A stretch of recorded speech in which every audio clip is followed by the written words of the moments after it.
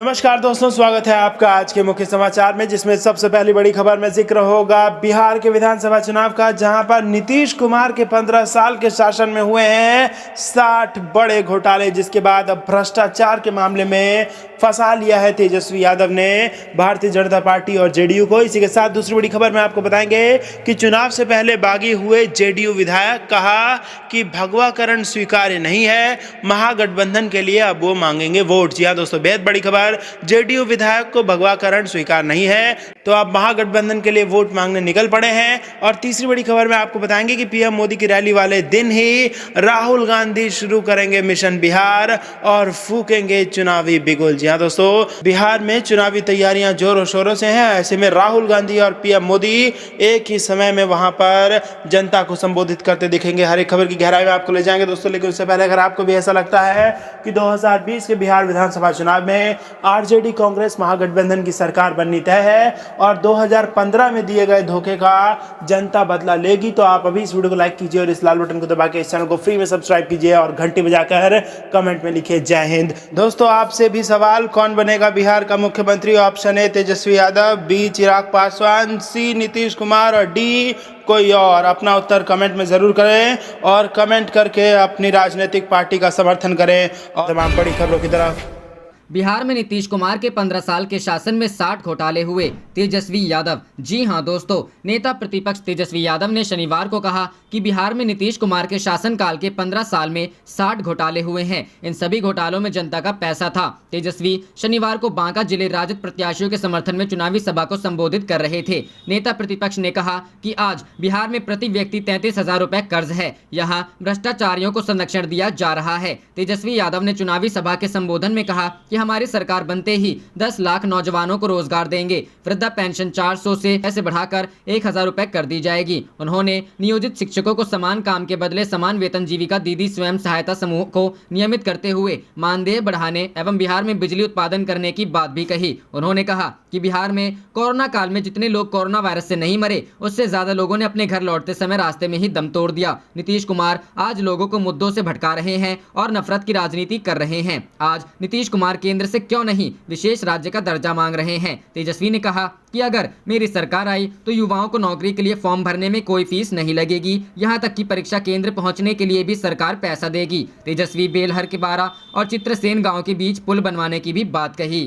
रुक करते हैं अगली खबर की तरफ। चुनाव से पहले बागी हुए जेडीयू विधायक, कहा भगवाकरण स्वीकार्य नहीं, महागठबंधन के लिए मांगेंगे वोट। जी हां दोस्तों, बिहार विधानसभा चुनाव में पहले चरण के मतदान में कुछ ही दिन बचे हैं, पर उसके पहले टिकट कटने से नेता लगातार बागी हो रहे हैं। इसी कड़ी में टिकट कटने से नाराज जीरादई के जेडीयू विधायक रमेश सिंह कुशवाहा ने बगावती तेवर अख्तियार कर लिया है। नाराज जेडीयू विधायक ने अब महागठबंधन के उम्मीदवार का समर्थन करने का फैसला किया है। मीडिया से बात करते हुए जेडीयू विधायक ने शनिवार को कहा कि टिकट काटने के फैसले पर मुख्यमंत्री से पुनर्विचार का आग्रह किया था, परंतु मुख्यमंत्री विनाशकाली विपरीत बुद्धि के शिकार हो गए हैं। भाजपा पर तंज कसते हुए विधायक ने कहा कि मैं देश के लिए विनाश एवं सांप्रदायिक व सामाजिक तनाव के पक्ष में नहीं रहा और न ही भाजपा जैसी ताकत के साथ जेडीयू के राजनीतिक गठबंधन का समर्थक रहा हूं। जेडीयू विधायक ने आगे कहा, भाजपा की राजनीति देश और समाज हित के विरुद्ध है। खासकर सामाजिक न्याय की ताकतों के लिए भाजपा की राजनीति पूरी तौर पर विनाशकारी है। पार्टी ने टिकट काटकर मेरा भगवाकरण होने से बचा लिया, क्योंकि मैं वामपंथी आंदोलन से के गर्भ से निकला व्यक्ति हूं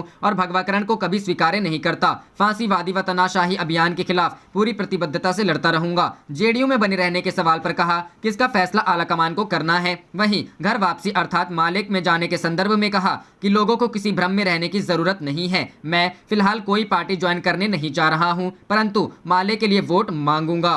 रुख करते हैं अगली खबर की तरफ। बिहार चुनाव, पीएम मोदी की रैली वाले दिन ही राहुल गांधी शुरू करेंगे मिशन बिहार, यहां से फूकेंगे चुनावी बिगुल। जी हां दोस्तों, बिहार विधानसभा चुनाव में नेताओं की ताबड़तोड़ रैली जारी है। इस बीच देश के प्रधानमंत्री नरेंद्र मोदी की रैली की घोषणा भाजपा ने की थी, जिसके अनुसार 12 रैली प्रधानमंत्री करेंगे। और अब खास बात यह है कि जिस 23 अक्टूबर को प्रधानमंत्री की पहली रैली बिहार में होगी, उसी दिन कांग्रेस के कार्यकारी अध्यक्ष राहुल गांधी भी बिहार में चुनावी रैलियों का आगाज करेंगे। खबर है कि पहले दिन जहाँ नरेंद्र मोदी 3 रैलियां करने वाले हैं, वहीं राहुल गांधी भी 2 रैली करेंगे। एक रैली भागलपुर में और दूसरी नवादा में होगी। अब इन दोनों जिलों में किस किस विधानसभा क्षेत्र में रैलियां होंगी, इस पर औपचारिक ऐलान बाकी है। कोरोना संक्रमण के चलते चुनाव आयोग ने इस बार स्टार प्रचारकों की लिस्ट में कटौती कर दी है, जिसमें राष्ट्रीय पार्टियां 40 की जगह 30 और प्रादेशिक पार्टियां 20 की जगह 15 लोगों को ही स्टार प्रचारक की सूची में रख सकती है। खबर है कि राहुल बिहार में कुल 6 चुनावी रैलियां करेंगे। राहुल के अलावा कांग्रेस की कार्यकारी अध्यक्ष सोनिया गांधी, महासचिव प्रियंका गांधी के अलावा कांग्रेस शासित 3 राज्यों राजस्थान, पंजाब और छत्तीसगढ़ के मुख्यमंत्री अशोक गहलोत, कैप्टन अमरिंदर सिंह और भूपेश बघेल, शत्रुघ्न सिन्हा, राज बब्बर सहित बिहार के वरिष्ठ नेताओं में मदन मोहन झा, सदानंद सिंह, मीरा कुमार, तारिक अनवर, शकील अहमद, निखिल कुमार, कीर्ति आजाद, प्रेमचंद्र मिश्रा, अनिल शर्मा भी कांग्रेस कसे स्टार लिस्ट में शामिल हैं। कांग्रेस के प्रदेश अध्यक्ष और पार्टी के स्टार प्रचारक मदन मोहन झा ने एबीपी से बातचीत में बताया कि राहुल गांधी की 2 रैली कहलगांव और हिसुआ में निश्चित हो गई है। अभी लगभग आधा दर्जन से भी ज्यादा रैलियां और होंगी। साथ ही ये भी कहा कि प्रियंका गांधी की भी रैलियों की घोषणा जल्द ही की जाएगी। पार्टी की अध्यक्ष सोनिया गांधी भी वर्चुअल रैली के माध्यम से बिहार चुनाव में कांग्रेस उम्मीदवारों के पक्ष में सभा करेंगी। बिहार की 243 विधानसभा सीटों के लिए 3 चरणों में चुनाव होना है, जिसमें पहले चरण के लिए 28 अक्टूबर, दूसरे चरण के लिए 3 नवंबर और तीसरे चरण के लिए 7 नवंबर को मतदान होना है। वहीं चुनाव के नतीजे 10 नवंबर को आएंगे। करते हैं अगली खबर की तरफ।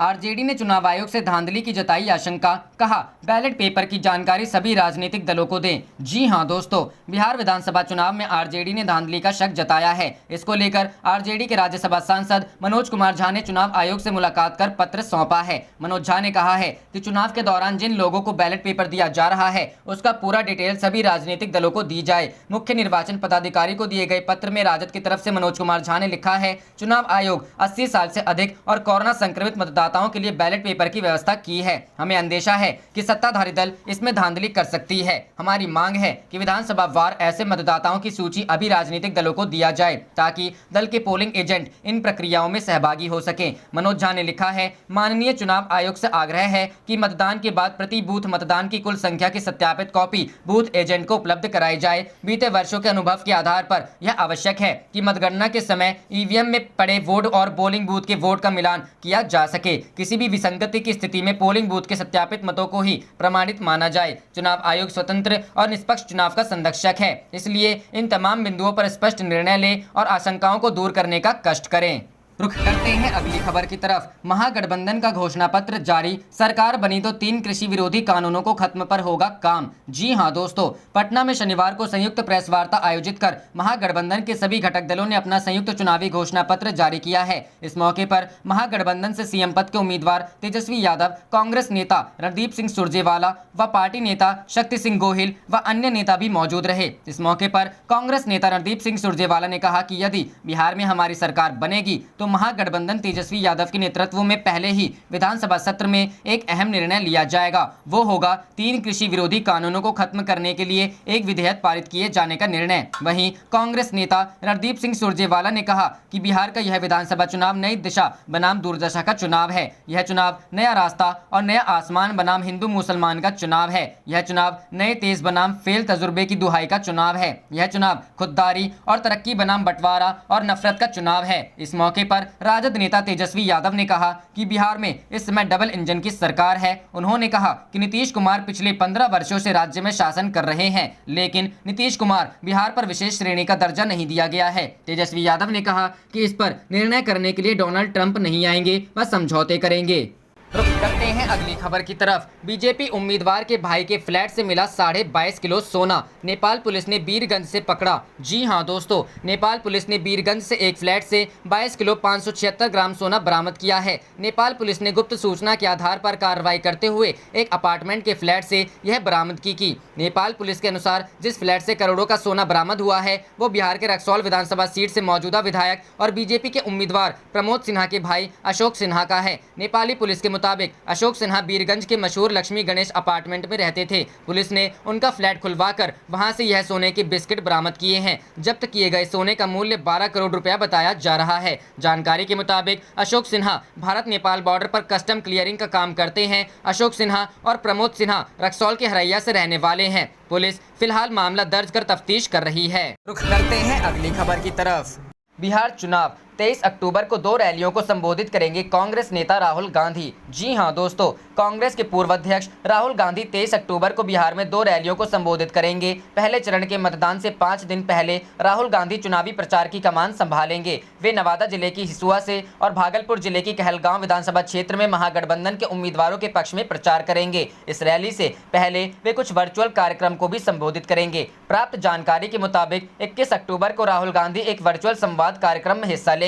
राहुल के अलावा कांग्रेस महासचिव प्रियंका गांधी भी बिहार में प्रचार करेंगी। बताया जा रहा है कि प्रियंका राज्य विधानसभा चुनाव में 3 रैलियों को संबोधित करेंगी। हालांकि उनके कार्यक्रम की तारीख अभी तय नहीं है। बता दें कि बिहार चुनाव के लिए कांग्रेस के रणनीतिकार 2 दिन पहले से ही पटना में डेरा डाल चुके हैं। रणदीप सुरजेवाला ने यहां पर पार्टी की कमान संभाली हुई है। बिहार के चुनावी रण में कांग्रेस अपनी ताकत झोंक रही है। पार्टी और महागठबंधन के प्रत्याशियों के पक्ष में कांग्रेस के स्टार प्रचारक राहुल गांधी भी माहौल बनाने आ रहे हैं। 28 अक्टूबर को बिहार में पहले चरण की 71 सीटों पर चुनाव होना है। इसमें कांग्रेस के हिस्से 21 सीटें आई हैं, जबकि राजद 42 और माले 8 सीटों पर लड़ रहा है। महागठबंधन ने जारी किया संकल्प पत्र। इसी बीच महागठबंधन ने शनिवार की सुबह बिहार विधानसभा चुनाव के लिए अपना घोषणा पत्र जारी कर दिया है। महागठबंधन ने साझा घोषणा पत्र को बदलाव के संकल्प पत्र का नाम दिया है। आरजेडी के साथ साथ कांग्रेस और वाम दलों में सरकार गठन के बाद बिहार के लिए जो प्राथमिकताएं तय की हैं, उसका जिक्र इस घोषणा पत्र में किया गया है। तेजस्वी यादव ने कहा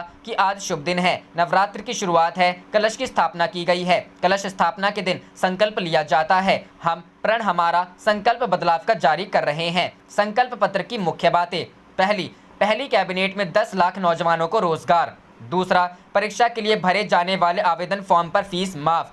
तीसरा, परीक्षा केंद्रों तक जाने का किराया सरकार देगी। चौथा, हमारा संकल्प है कि पलायन रोकेंगे। पांचवा, कर्पूरी श्रम सहायता केंद्र खोलेंगे, इससे लोगों की मदद करने में आसानी होगी। छठा, शिक्षकों के लिए समान काम समान वेतन का वादा पूरा करेंगे। सातवां, जीविका दीदियों का मानदेय दोगुना करने का वादा। और आठवां, पहले विधानसभा सत्र में केंद्र के कृषि संबंधी तीनों बिल के प्रभाव से बिहार के किसानों को मुक्ति दिलाने का वादा किया गया है। आप देख रहे थे आपका अपना चैनल जय हिंद जय भारत।